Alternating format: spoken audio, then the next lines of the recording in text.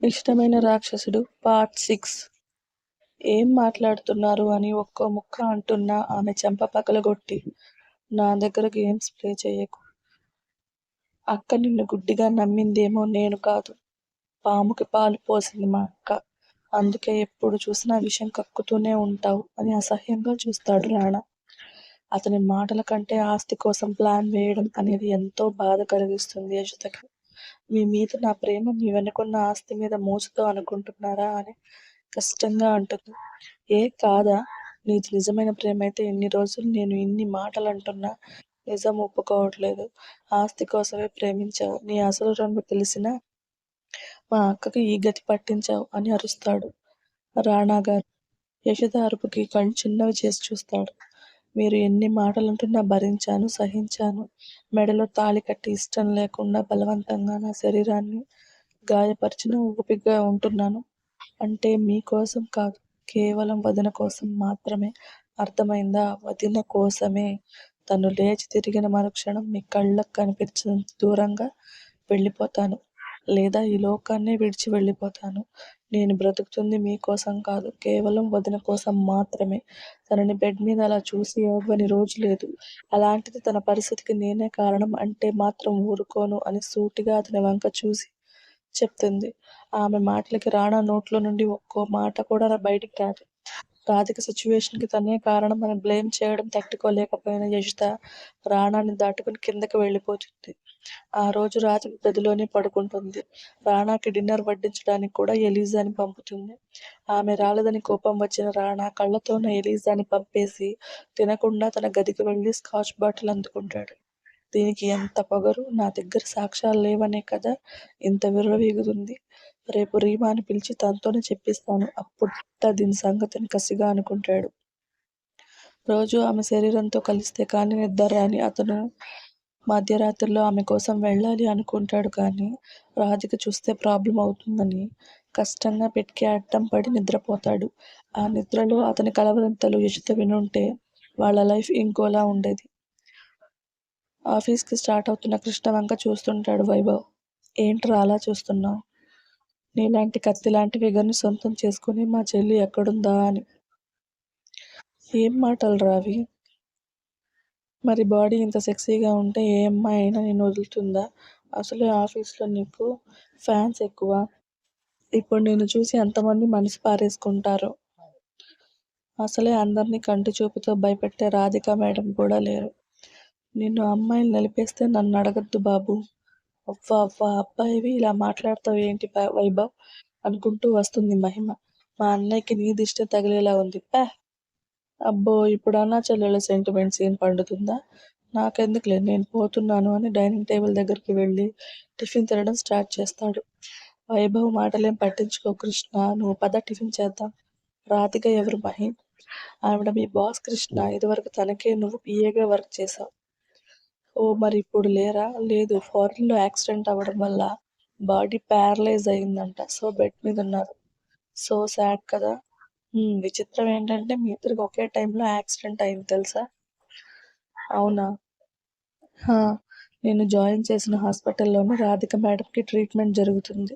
అప్పుడు రాణా సార్కి నీ గురించి చెప్పే సిచ్యువేషన్ కూడా లేదు ఆయనకి. రాధిక మేడం అంటే ప్రాణం. చాలా ఇష్టమయ్యారు. ఆవిడ బెడ్ మీద ఉండగానే రాధిక మేడంకి ఇష్టమైన అమ్మాయిని పెళ్లి చేసుకొని ఆవిడని కొంచెమైనా హ్యాపీగా ఉంచాలని తపన పడ్డారు.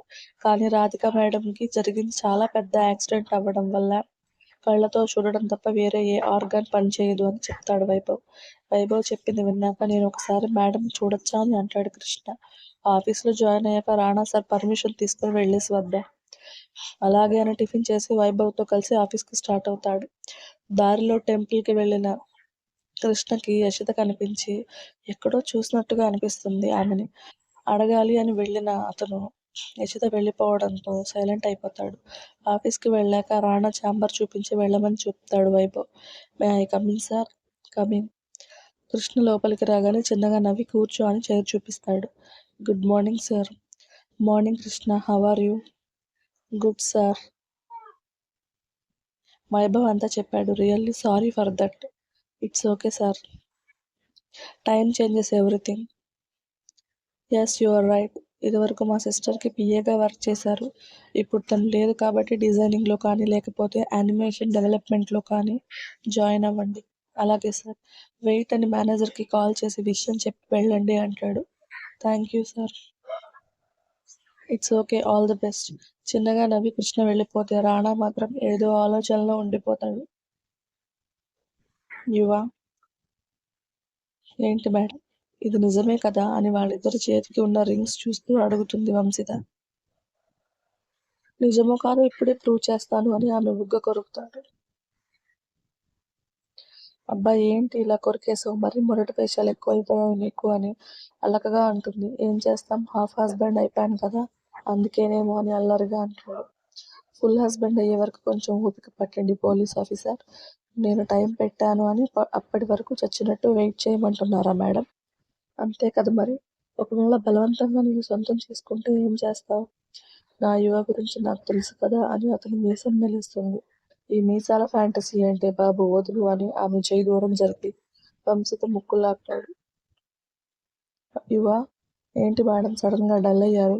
నిన్ను ఒక హెల్ప్ అడుగుతాను, చేస్తావా? నన్ను హెల్ప్ కాదు అడగాల్సింది, కాబోయే భర్తగా నీ కోరిక తీర్చమన్నాడు.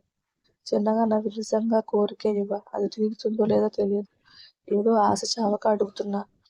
వంశిత గొంతులో బాధకి ఆమెను తన వైపు తిప్పుకొని కన్నీళ్లు తుడిచి గుండెతో అదుపుకుంటాడు. యువ, ఏమైందా నీకు? ఏం చేయాలో చెప్పు, ఖచ్చితంగా చేస్తాను.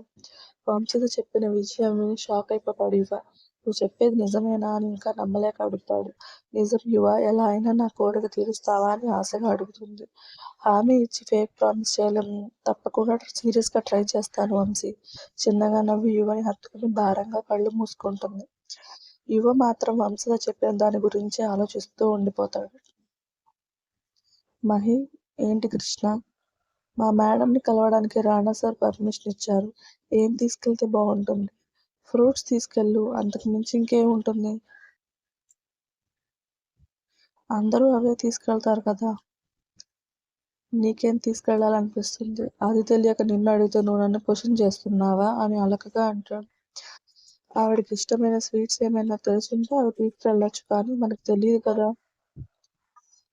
సరే, ఫ్రూట్స్ తీసుకెళ్తానులే అని వైభవ్ని పిలిచి రాణా ఇంటికి స్టార్ట్ అవుతాడు కృష్ణ.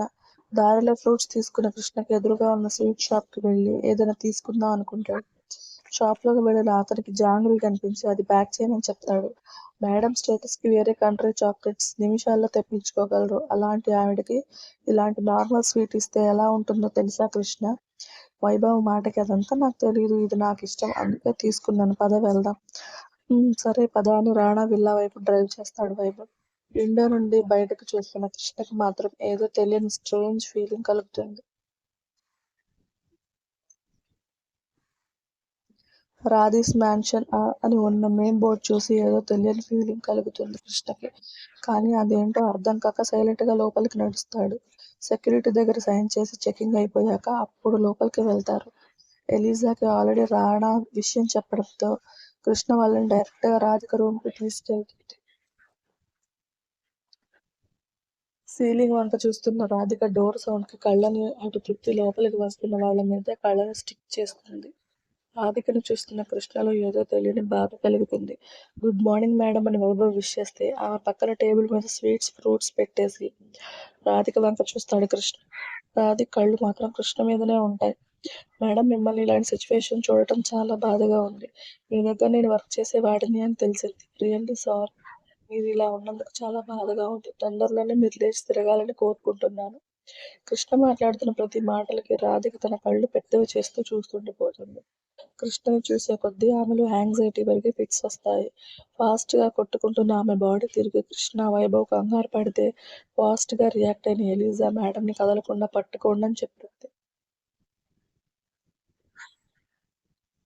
వైభవ్ కాళ్ళు పట్టుకుంటే కృష్ణ ఆమె చేతులు తను పట్టుకున్న ఆమెని ఆపలేకపోతాడు. ఆమె తలను తన వైపు అదుముకొని గట్టిగా తన పట్టు బిగిస్తాడు. ఎలిజా ఇంజెక్షన్ చేయగానే మెల్లిగా ఫిట్స్ తగ్గి స్పృహలో లేనట్టు కృష్ణ చేతిలో వాలిపోతుంది రాధిక. ఆమెని బెడ్ పైన చేర్చి బ్లాంకెట్ కప్పేసి ఏమైంది అని ఎలిజాని అడుగుతాడు. మేడంకి ఎప్పుడెప్పుడు ఫిట్స్ అటాక్ వస్తాయి, జాగ్రత్తగా ఉండాలి. ఏదో తెలియని బాధతో రాధిక వంక చూస్తాడు కృష్ణ. కృష్ణ వెళ్దామని వైభవ్ పిలవగానే వెళ్దామని వైభవ్‌తో కలిసి బయటికి వెళ్తూ రాధిక ఫేస్ చూసి బాధతో గుండెల్లో మెలిపెట్టేసినట్టు అయిపోతుంది. వైభవ్‌తో కలిసి కృష్ణ మ్యాన్షన్ నుండి వెళ్ళిపోయాక అప్పుడొస్తుంది యషిత. ఎలిజా, ఏంటి మేడం వదిన నిద్రపోతుందా? లేదు మేడం, ఫిట్స్ అటాక్ అవ్వడం వల్ల ఇంజెక్షన్ చేసి పడుకోబెట్టాను. ఏంటి అని కంగారుగా రాధికని పెడను. ఆమె కళ్ళల్లో నీళ్లు తిరుగుతాయి. స్టోరీ నచ్చితే లైక్ చేసి, షేర్ చేసి, కామెంట్ చేయండి. ప్లీజ్ సబ్స్క్రైబ్ చేసుకోండి. అలాగే కొంచెం ఏదైనా మిస్టేక్స్ ఉంటే అడ్జస్ట్ అవ్వండి అబ్బా. థ్రోట్ ఇన్ఫెక్షన్ ఉంది. అస్సలు వాయిస్ సరిగ్గా లేదు. అయినా కానీ ఒక చిన్న ఎపిసోడ్ అన్న ఇవ్వాలని ట్రై చేస్తాను. And thank you.